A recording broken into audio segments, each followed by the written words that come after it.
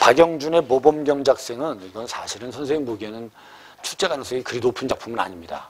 근데 이 박영준의 모범경작생을 공부하려면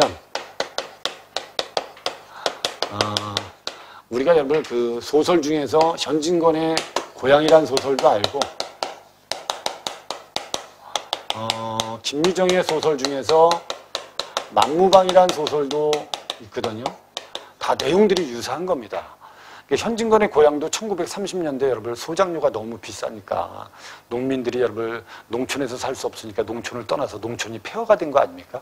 김유영의 만무방도 여러분 원래 농사 짓고 나서 여러분 소작료 주고 나면 먹을 게 없으니까 자기 논의 벼를 자기가 훔친다는 내용으로 되어 있는 겁니다. 이런 소설들하고 다 연관이 있는 겁니다. 근데 여기서 모범경작생으로 등장하는 대표적인 인물이 바로 누구죠? 길서라는 인물이죠. 이 부정적인 인물입니다. 이 길서라는 인물이 여러분 가장 여기서 무슨적인 인물이라고 봐야 돼요? 이기적이고 어떻게 보면 소시민적인 인물입니다. 여기서 보면 옛날에 모범경작생이 우리나라에 일본 놈들이 우리나라에 각 마을마다 모범경작생을 만들어놨어요. 이 제도가 있었어요. 이 제도를 왜 만들었냐면 원래 만드는 의도는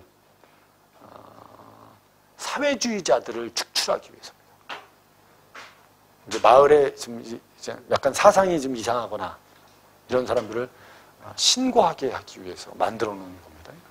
지문 한번 보세요. 여기 앞부분 줄거리에 보면 길서는 농촌에서 드물게 보통학교를 졸업한 인재래요. 길서에다 일단 세모 쳐놓으세요. 이 소설을 다 읽고 나면 이 인물은 긍정적 인물은 아닙니다. 성두의 여동생인 의숙이하고 사귀입니다. 모범경작생으로 뽑혀 서울 강습회에 다녀온 길서는 서울에서 본 것을 자랑하고 농민들은 이를 부러워합니다. 이 장면이 잘 나와요, 사실은.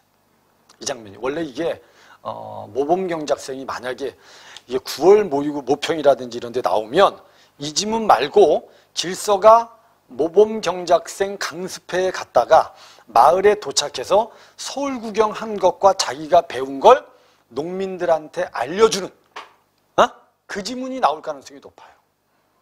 그러니까 어떻게 보면 길서란 인물은 일본에서 알려주는 내용을 무비판적으로 수용하는 인물이라고 보셔야 됩니다. 그리고 이번에 여러분 9월 모평에 분명히 수능 완성해서 나옵니다. 이거 여러분 시험 보기 전에 한번 복습하는 게 좋아요. 그 밑에 그래서 뭘 배우냐면 강습회에서 농민들을 착취하기 위한 관료들의 달콤한 이야기를 농민들에게 그대로 전달합니다. 그러니까 얘는 강습회에 가서 뭘 배운 거니? 그러니까 권력을 가진 관료들이 농민들을 착취하는 방법인데 그걸 좋게 얘기해 준 거지. 좋게. 알았죠? 그걸 그대로 받아들이고 농민들한테 얘기한 거예요. 쉽게 말하면 뭐 소작료를 빌리면 안 된다는 둥, 소장인들끼리 힘을 합쳐서 저항하면 안 된다는 둥, 사회주의가 나쁜 놈들이라는 둥. 무슨 말인지 이해됐죠? 그거 그대로 갖다 전달하는 겁니다.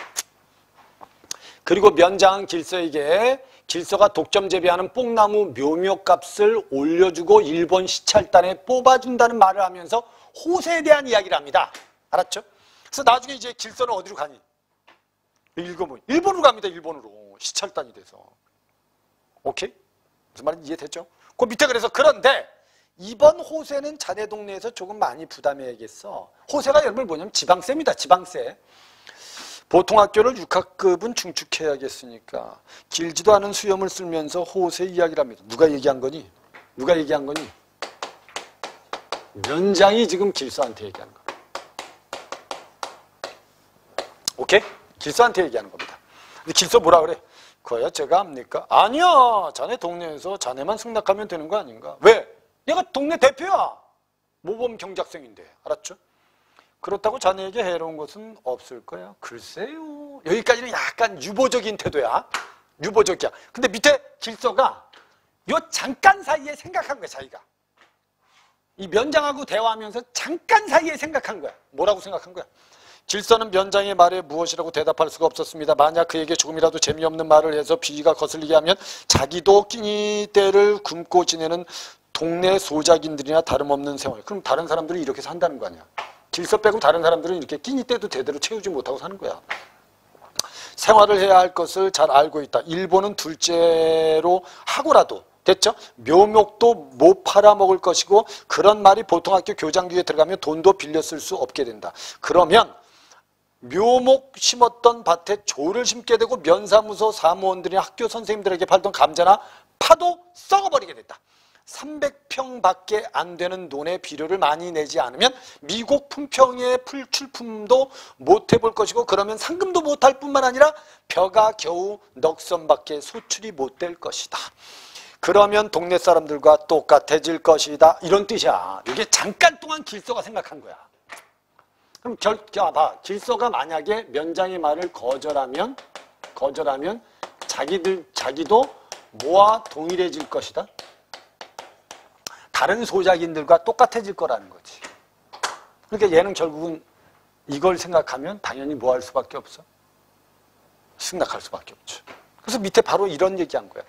자네 동네 사람들은 얌전하게 근심 없이 사는 모양이던데 면장이 다시 말을 꺼낼 때 길서는 곧 대답했습니다. 그러면요. 곧 대답했다 이 새끼. 알았죠? 요걸 생각해 본 다음에 바로 대답한 거예요. 알았죠? 바로. 뭐라고? 아유, 근심이 조금 없다고야 할 수 없지만은 그냥 무던한 편입니다. 이렇게. 이 말은 무슨 의도가 들어있는 거예요? 호세를 올리는 거에 대한 뭐다? 승낙입니다. 찬성입니다. 찬성. 알겠습니다? 올리죠. 이런 의도가 들어있는 거예요. 이게 된 거지 이제. 이게 길서가 이런 놈이라는 거지. 어떻게 보면 길서는 그럼 다 봐. 모범 경작생이야. 마을을 대표하는 사람이야. 근데 그 자리를 자기의 이익을 위해서만 쓴다는 거지. 무슨 말인지 이해되죠? 이기적인 놈입니다. 그리고 밑에 벼는 누릇누릇해서 이삭들이 뭉친 것은 황금덩이 같았습니다. 익은 것들은 그래. 익은 것들은 그런데 그러나 얼굴에 주름살을 편 사람이라고는 하나도 없습니다. 왜? 흉년이야. 그러니까 벼가 익은 것들은 황금처럼 잘 익었지만 알았죠? 벌레 때문에 흉년이 든 거예요. 강충이가 먹어 예년에 비해서 절반도 곡식을 거둘 수 없었기 때문이었습니다. 길서만이 평양 가서 북어 기름을 통으로 사다가 쳤기 때문에 그의 논만은 작년보다도 더 잘 되었으나 다른 논들은 털 빠진 황소 가죽같이 민숭민숭해졌습니다. 이 새끼만한 작은 벌레까지가 못 살게 하는 것이 가슴 원통했으나 여름 내 땀을 빼고도 제 입으로 들어올 것이 없을 것을 생각하니 눈물이 솟아오를 지경이다. 이 결국 쉽게 말하면 여기까지가 야 농민들의 무슨 감이니? 가을이 됐어. 뭐야? 흉년이야. 그래서 농민들은 무슨 감에 빠진 거야? 질서 빼고 나머지 사람들은 절망감에 빠진 거야. 절망감에 빠졌는데 결국 면장은 뭘 올린대? 그지? 이걸 올린다는 거예요, 호세를. 무슨 말인지 이해되죠? 그럼 당연히 이 사람들은 여기서 먹고 살기 어렵죠. 그러니까 당연히 여러분들 마을을 떠날 수밖에. 이게 1930년대, 40년대 우리 농촌의 현실이었습니다. 이해된 거죠? 지금도 여러분 생각해보세요. 지금도 똑같은 거야. 지금도 여러분 대부분 어떤 사람은 건물을 가지고 있고 그 건물을 임대해서 쓰는 사람들이 있잖아. 근데 코로나 때문에 다 어려워. 알았죠? 근데 임대인들은 지금 어려운데, 건물주들은 그냥 계약서 쓴 대로 그냥 받으면 되는 거 아니야. 그럼 이제 누구만 힘들어지는 거지? 임대인들만 힘들어지는 거지, 이제. 지금하고 똑같은 상황이고. 그래서 요즘 이런 말이 있잖아. 조물주보다 더 위에 있는 사람이 누구라고? 건물주다. 이러고 지랄하잖아. 그죠? 참 이런 말이 나온다는 건 참 어떻게 보면 고통을 함께 공유하지는 않는다는 거지. 이게 현대사회라는 것이. 밑에 있습니다. 선생님 아는 분은 건물을 가지고 있는데 50% 깎아도 돼. 코로나 끝날 때까지. 착한 건물주잖아. 그래서 선생님보다 나이가 많아서 착해서 진짜 착하다. 잘했다. 지랄했어. 잘했어. 선생님 보기엔 그렇게 해주는 분들도 있어요, 사실은. 근데 그리 많지 않다는 거지, 사실은. 예전에는 여러분 이런 게 지금 현실하고 똑같은 겁니다. 그 밑에 뭐라고 돼 있어요? 그들은 할 수 없었으므로 성두 말대로 길서를 시켜 읍내 지주 서제당에게 지주 서제당에다 세모 쳐놓으세요. 그러니까 마을 사람들은 어디로 가야 되니 이제 그럼? 지주인 누굴 찾아가야 돼? 서제당. 얘가 요즘 말하는 무슨 주? 건물주, 그죠? 얘 건물주잖아, 건물주. 찾아가서 이제 뭐 해야 돼 이제? 소장료를 좀 감해달라. 얘기해야 될 거 아니야, 그죠? 근데 이제 누가 좀 얘기해 주길 바라는 거야? 길서가 모범경작생. 그럼 마을의 대표니까 네가 좀 가서 얘기해라. 그래서 읍내 지주 서제당에 가서 금년만 도지 소장료를 조금 감해달래 보자고 했어요. 그러나 길서는 자기와 관계없을 뿐 아니라 정해놓은 도지를 곡식이 안 되었다고 감해달라는 것은 흔히 일어나는 소작쟁이와 같은 당치 않은 짓이다. 이 새끼 이거 어디서 배웠을까? 이 말을 어디서 들었을까? 그지? 저 서울에 가서 강습회 같은 데서 들은 거야 이게. 그러니까 소작쟁이는 나쁜 짓이니까 난 저 동조할 수 없어. 이렇게 지랄하는 거야. 그리고는 며칠 있다가 일본 시찰단으로 뽑혀 떠나버렸습니다. 길서는 간 거야. 그럼 마을 사람들은 더 뭐에 빠지겠니, 다행히. 그죠? 이거 찾아갔잖아. 찾아갔죠. 그죠? 찾아갔어. 마을 사람들이 결국 이제 소작인들이 지주를 찾아가. 그럼 결국은 뭐 당한 게 있어? 거절당해. 알았죠? 어? 그럼 이 사람들은 더 절망감에 빠지고 길서는 결국 어디로 떠나고 어디로?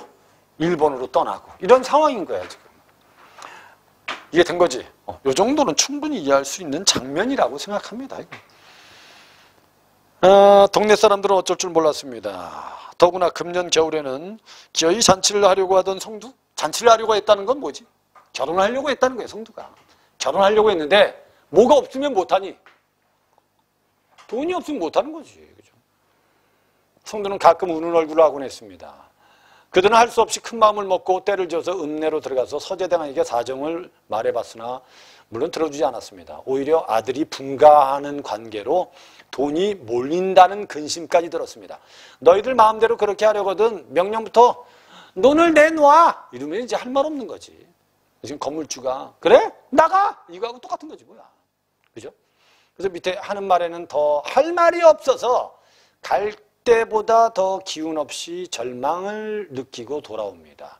그들은 돌아오는 길에 길서의 눈 앞에 서서 모범경작생의 말뚝을 부러워하기도 하고 길서의 이걸 부러움도 같지만 모두 가져요. 모두 가져. 원망도 하는 겁니다. 개새끼 혼자서 일본에 가고 뭐 이런 거죠. 그죠? 응?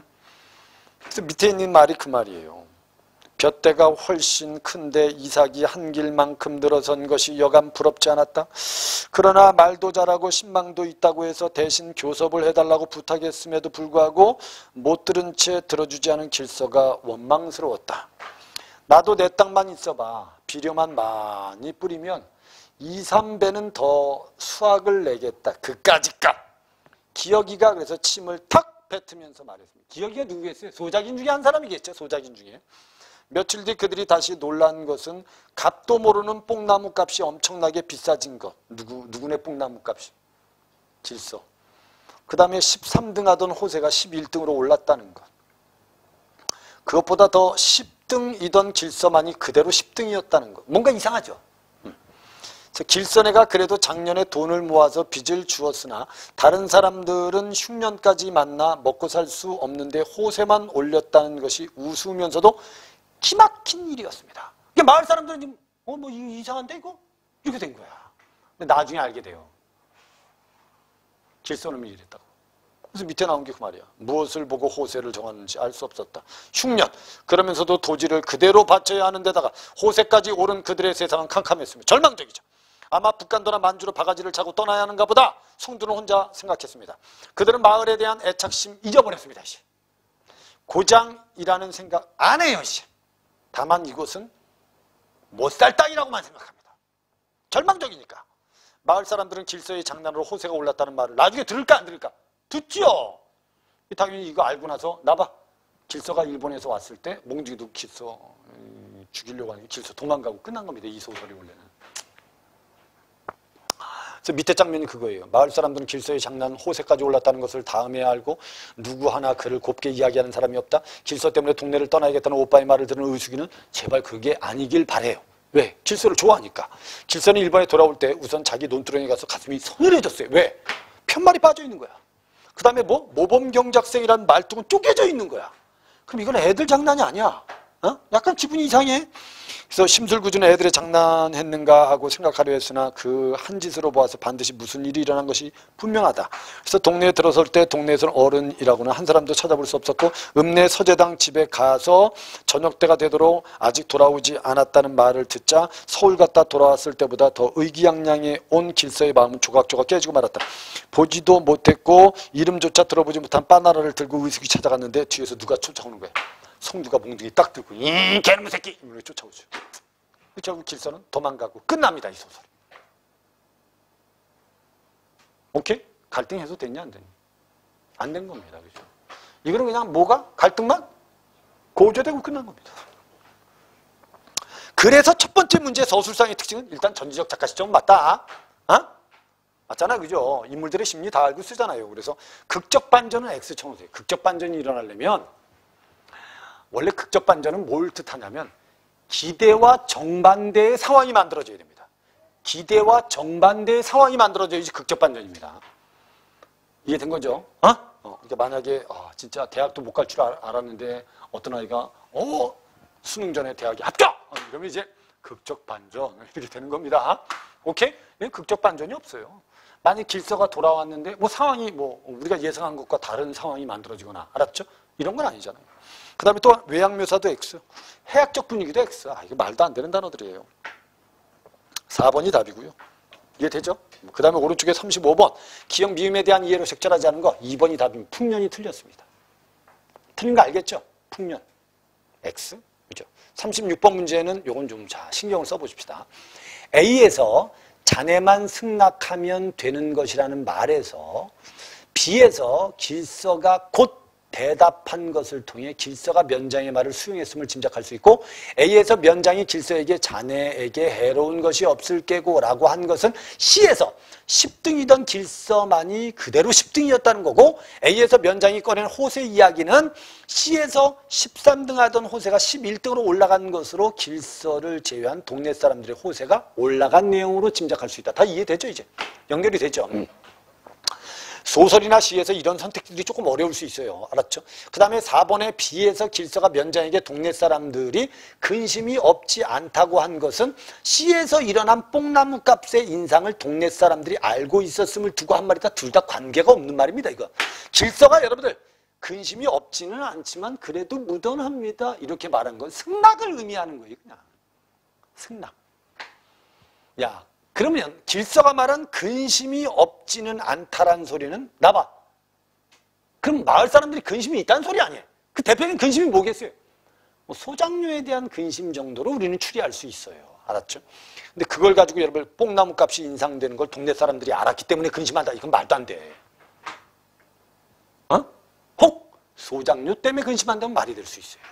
됐죠? 거기에 호세까지 올리면 조금 상황이 어려워질 수 있겠죠. 그죠?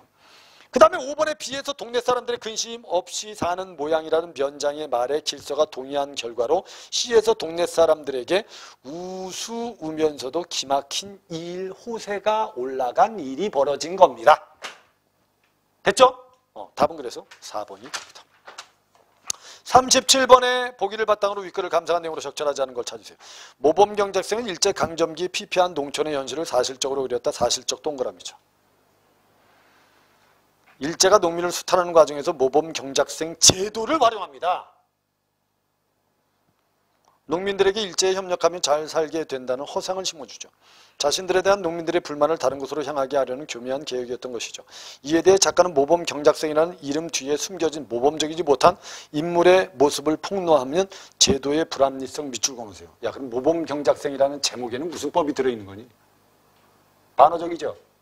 반어적인 제목이에요. 이게 반어적인 제목. 그 다음에 더 나아가 모범경작생의 농지가 좋은 상태를 유지하고 수확도 많은 이유가 일제에 협조한 대가 때문임을 깨닫는 결국 농민들의 의식변화 과정을 통해서 일제가 추진한 농촌 정책의 실체가 드러난답니다. 그래서 그의 논만은 작년보다 더 잘 되었으나 다른 논들은 털 빠진 황소 가죽같이 민숭민숭해졌다를 통해서 질서가 일제에 협조함으로써 결국 농지 상태를 잘 유지할 수 있었던 거예요. 볕대가 훨씬 큰데 이삭이 한 길만큼 늘어선 질서의 논을 보고 부러워하는 동네 사람들은 밑줄 그어 일제가 의도한 대로 모든 농민이 자신도 모범 경작생이 되어 부유하게 살겠다는 희망을 갖게 하는 계기는 아니죠. 절망감을 느끼게 하지 무슨 희망을 갖게 합니까 이게. 됐죠? 선택지가 너무 쉬웠어요. 이거. 2번이 답입니다.